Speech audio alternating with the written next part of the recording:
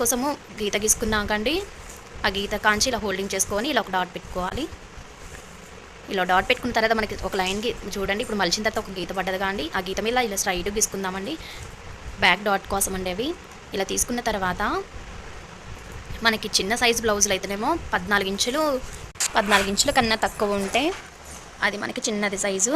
అప్పుడు మనకి 13 ఇంచులు అలా వచ్చిందనుకో 3:15 తీసుకోవాలండి.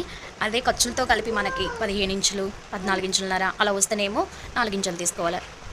అదేవిధంగా 14 ఇంచుల కన్నా 15 ఇంచుల కన్నా ఎక్కువ వచ్చిందనుకోండి, అప్పుడు మనం ఎంత తీసుకోవాలి, 4:30 తీసుకోవాలి. ఇప్పుడు నాకైతే ఇది 15 ఇంచులు వచ్చింది కాబట్టి నేను 4 ఇంచులు తీసుకుంటున్నాను ఖర్చుతో కలిపి.